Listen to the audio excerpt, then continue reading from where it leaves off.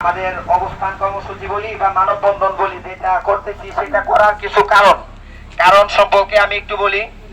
কারণটা হচ্ছে এই স্বৈরাচারী প্রতিষ্ঠান বিআরইবি বাংলাদেশ পল্লী বিদ্যুতায়ন বোর্ড, এদের শোষণ নির্যাতন এটা অল্প দিনের না, এটা দীর্ঘ প্রায় 48 বছর ধরে তারা আমাদের উপরে শোষণ নির্যাতন করতেছে। তবে শোষণ নির্যাতনের মাত্রাটা যেরকম দীর্ঘ 1 বছর ধরে গাজায় নিরীহ ফিলিস্তিনিদের উপরে সন্ত্রাসী বাহিনী ইসরায়েল যেরকম ভাবে বর্বরতা চালাইতেছিল, আমাদের সমিতির কর্মকর্তা কর্মচারীদের চেয়ারম্যান জিয়াউল আজিম স্যার আসার পর থেকে তার নেতৃত্বে ঠিক সেরকম ভাবে 17 অক্টোবরে একটা কালো অধ্যায় আমাদের জন্য তৈরি করে, যেটা পূর্ব পরিকল্পিত একটা নাটকীয় অংশ। সেখানে আমাদের যারা আমরা বলি যে দেশপ্রেমিকের অর্থ হচ্ছে যে দেশকে ভালোবাসে, তাই নাকি? যারা দেশকে ভালোবাসে, যারা দুর্নীতির বিরুদ্ধে কথা বলেছে, তাদেরকে বলা হয়েছে রাষ্ট্রদ্রোহ মিথ্যা মামলা দেওয়া হয়েছে এবং আমাদের অনেক সহকর্মীকে বেপরোয়াভাবে মারধর করা হয়েছে, যেটা সম্পূর্ণটা বেআইনি ভাবে। আমরা একটা সেবামূলক প্রতিষ্ঠানে চাকরি করি, আমরা অবশ্যই বলতে পারি আমরা সরকারি চাকরি করি, কোনো মালিকানাধীন চাকরি করি না। তো গ্রাহক সেবা সাথে যেহেতু আমাদের সম্পূর্ণ সম্পৃক্ত, তো আমরা সরকারি কাজে নিয়োজিত থাকি। আমাদের উপরে 17 অক্টোবরে বিশেষ করে কুমিল্লা পল্লী বিদ্যুৎ সমিতিতে প্রায় 154 জনের নামে মামলা দিয়া সেনাবাহিনী কর্তৃক তাদেরকে ধরে নিয়ে যে পরিমাণ বেদম মারধর করে, এর তীব্র নিন্দা ও প্রতিবাদ জানাই আমরা। তো তার পরবর্তী মুহূর্তে পল্লী বিদ্যুতায়ন বোর্ড আমাদের উপরে শোষণ নির্যাতনের মাত্রাটা বাড়াইয়া দেয় এইভাবে আমাদের মাত্র 3 থেকে 4 মাসে 6,000 লোককে 6,500 লোককে বাংলাদেশের এক প্রান্ত হতে অন্য প্রান্তে বদলি করে। এই বদলি করাতে কি হয় সেটা আমি একটু যদি বলি। বিশেষ করে লাইন ক্রোদের বদলি হয়েছে 3,000।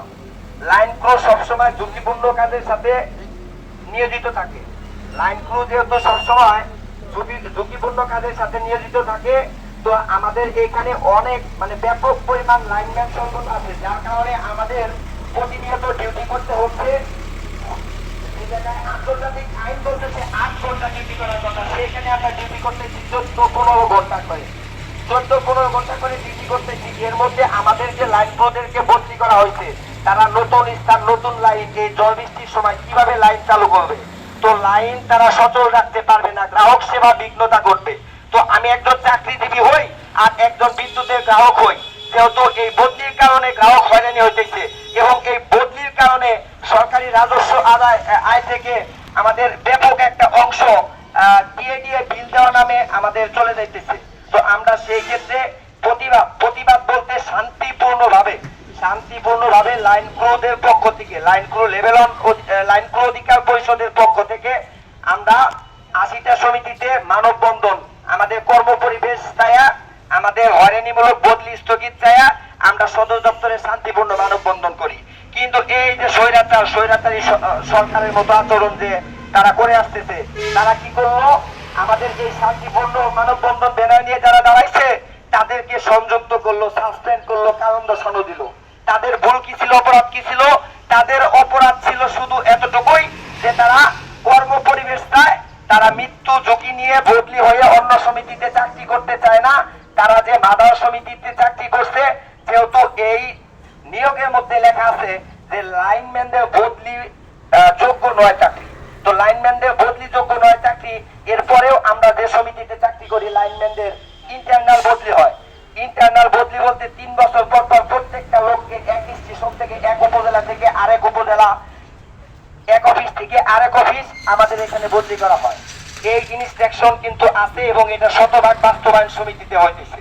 কিন্তু এই পল্লী বিদ্যুতায়ন বোর্ড কি করতেছে, এখন আমাদের বদলি কইরা, এই হয়রানিমূলক বদলি কইরা শোষণ নির্যাতনের এখানে কায়েম করতে যায়, এরা যে ভুলটা করছে এই ভুলটা সংশোধনের